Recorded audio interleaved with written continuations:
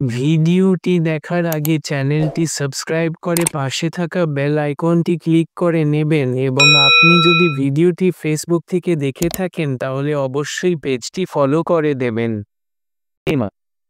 এই গল্পে দেখানো সমস্ত চরিত্রই কাল্পনিক। বাস্তবের সঙ্গে এর কোনো সম্পর্ক নেই। এই গল্পটি শুধুমাত্র বিনোদনের জন্য। কোনো ব্যক্তিকে আঘাত এই গল্পের উদ্দেশ্য নয়। All the characters shown in this story are fictional. It has no relation to reality. This story is for entertainment only. This story is not intended to hurt anyone. Enjoy the video. Subhash তার মা সোনালী দেবী ও বাবা বিনয় বাবুর সঙ্গে বাস করে। ধুর, আর ভাল লাগে না। কেন, কি হলো? কি হলো মানে? গরমকাল চলে এলো, এর থেকে খারাপ খবর আবার কি হতে পারে? কি সত্যি গরমকাল চলে এসেছে? কেন, তুই আবহাওয়া দেখে বুঝতে পারছিস না? কি মজা, গরমকাল এসে গেছে। গরমকাল চলে এসছে, কোনো লটারি লাগেনি। এত খুশি হওয়ার কি আছে? গরমকাল মানে আমার কাছে লটারি।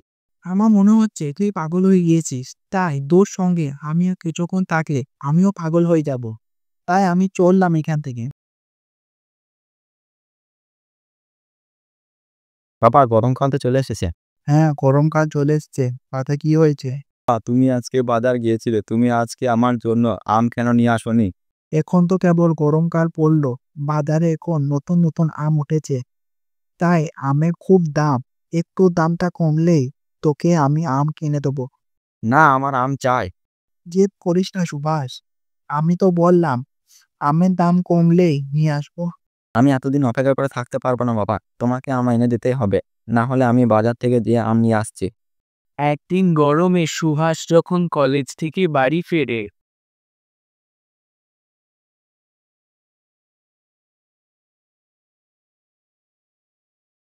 কি রামু কাকু, তুমি আমার জন্য লেবুর শরবত কেন নিয়ে আসছো? তুমি জানো না আমি আম খেতে পছন্দ করি, তুমি আমার জন্য আমের শরবত নিয়ে এসো। একটু অপেক্ষা করো, আমি এক্ষুনি নিয়ে আসছি।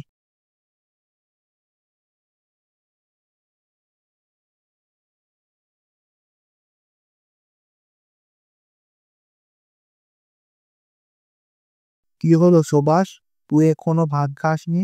আম ছাড়া কি করে ভাত খাবো বাবা? আজকে ভাত খেয়ে নে, আমি কাল বাজার থেকে আম নিয়ে আসবো। আমি কাল পর্যন্ত অপেক্ষা করতে পারবো না বাবা। এই বলে সুভাষ আম কেনার জন্য বাজারে চলে যায়। বাজার থেকে আম নিয়ে এসে সুভাষ আম দিয়ে ভাত মেখে খায়। গাছ গাছ ভালো ভালো আম গাছ নিয়ে যান, 1 মাস পর আম ধরবে। এই গাছগুলোতে সত্যি 1 মাস পর আম ধরবে? আমি কি তোমাকে মিথ্যা কথা বলছি নাকি? যদি 1 মাস পর আম না ধরে তাহলে তুমি আমাকে গাছটি দিয়ে যাবে আর নিজের টাকা নিয়ে যাবে। ঠিক আছে কাকু, তুমি আমাকে 10টা আম গাছ দিয়ে দাও।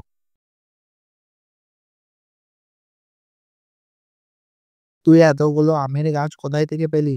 আমি এই আমের গাছগুলো কিনে এনেছি। এত আম গাছ নিয়ে তুই কি করবি? আমি এই আম গাছগুলো বাগানে লাগাবো। কিছুক্ষণ পর সুভাষ বাগানে গিয়ে দেখে সব গাছগুলো ছাগলই খেয়ে নিয়েছে। এই দেখে সুভাষের অনেক মন খারাপ হয়।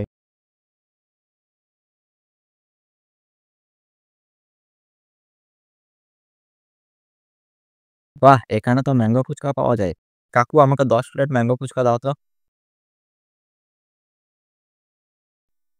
বাহ, ফুচকাগুলো খেতে তো খুব সুন্দর। কাকু, আমাকে 500 টাকার ম্যাঙ্গো ফুচকা প্যাক করে দাও।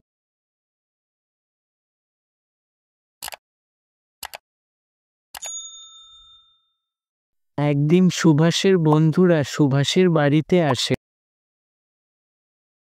এই নে, তোরা আমের শরবত খেয়ে নে। আমি তোদের জন্য আমের কেক আর আম নিয়ে আসছি। কি হলো দীপ, তুই কিছু খাচ্ছিস না কেন? তুই তো আমাদের শুধু আম খেতে দিচ্ছিস, আর আমি আম খাই না। কি, তুই আম খাস না? না, আমার আম পছন্দ নয়। তুই আম পছন্দ করিস না, আগে জানলে তোর সঙ্গে কোনোদিনও বন্ধুত্ব করতাম না। এসব কি বলছিস তুই? আম পছন্দ করার সঙ্গে আমাদের বন্ধুত্বের কি সম্পর্ক? অনেক সম্পর্ক আছে, আমি এরকম কারোর সঙ্গে বন্ধুত্ব করতে পারবো না। সুভাষ, এইসব তুই কি বলছিস? তুই পাগল হয়ে গেছিস নাকি? আমি যেটা বলছি ঠিকই বলছি। দীপ, তুই আর কোনোদিন আমার সঙ্গে কথা বলবি না। সুভাষের এরকম ব্যবহারে দীপ অনেক কষ্ট পায়। যেহেতু গরমকাল চলে এলো, তাই আমি ঠিক করেছি এবার তোমাদের গরমকাল সম্বন্ধে একটি প্রজেক্ট দেওয়া হবে। তোমরা কি বলো? হ্যাঁ স্যার, গরমকাল সম্বন্ধে প্রজেক্ট দিলে আমাদের অনেক ভালো হয়। বেশ, তাহলে তোমরা প্রজেক্টটা রেডি করে নিও, আমি পরের সপ্তাহে চেক করব। বাহ, তোমাদের সকলের প্রজেক্ট খুব সুন্দর হয়েছে। সুভাষ, তোমার প্রজেক্টটা দেখলাম না, তুমি কি প্রজেক্ট করোনি? হ্যাঁ স্যার, আমি প্রজেক্ট করেছি তো, এই নিন আমার প্রজেক্ট।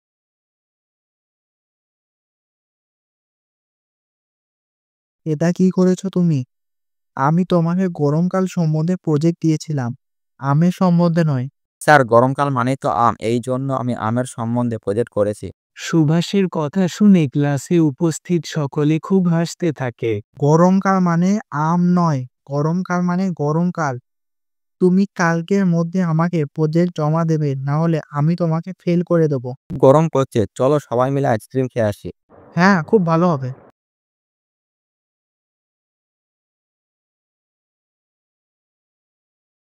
কাকু, আমাকে ম্যাঙ্গো আইসক্রিম দাও। আমার কাছে ম্যাঙ্গো আইসক্রিম নেই। ম্যাঙ্গো আইসক্রিম ছাড়া যে কোনো আইসক্রিম পেয়ে যাবে। আমি ম্যাঙ্গো আইসক্রিম ছাড়া অন্য কোনো আইসক্রিম খাবো না। এই দোকানে তো ম্যাঙ্গো আইসক্রিম নেই, অন্য কোনো আইসক্রিম খেয়ে নে। এই দোকানে নেই তো কি হয়েছে, অন্য দোকানে থাকবে, চল অন্য দোকানে যাই।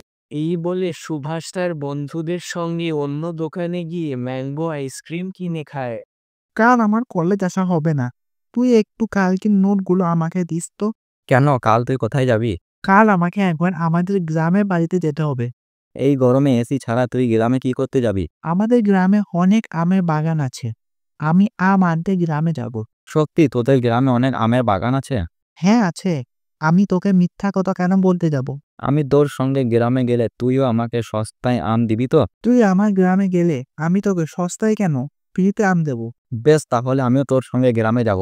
পরের দিন সুভাষ রাজের সঙ্গে গ্রামে গিয়ে অনেক অনেক আম নিয়ে আসে। তুই এতগুলো আম কোথায় পেলি? আমার বন্ধু রাজ আমাকে দিয়েছে। রাজ দিল, আর তুই নিয়েও নিলি? যদি নেওয়ার ছিল তো অল্প করে নিতিস, এতগুলো কেন নিলি? তুমি তো জানোই বাবা, আমার আম কত প্রিয়। এই আমগুলো আমার শেষ করতে 2 দিনও লাগবে না। সুভাষের কথা শুনে বিনয়বাবু অবাক হয়ে যান। এত সকাল সকাল কোথায় যাচ্ছিস? আমি রনির কাছে নোটস নিতে যাচ্ছি। বাহ রনি, তোদের আম গাছে তো অনেক আম ধরে আছে, তুই চাই না দুটো নিতে পারিস? সুভাষ প্রায় সব আম নিয়ে চলে আসে।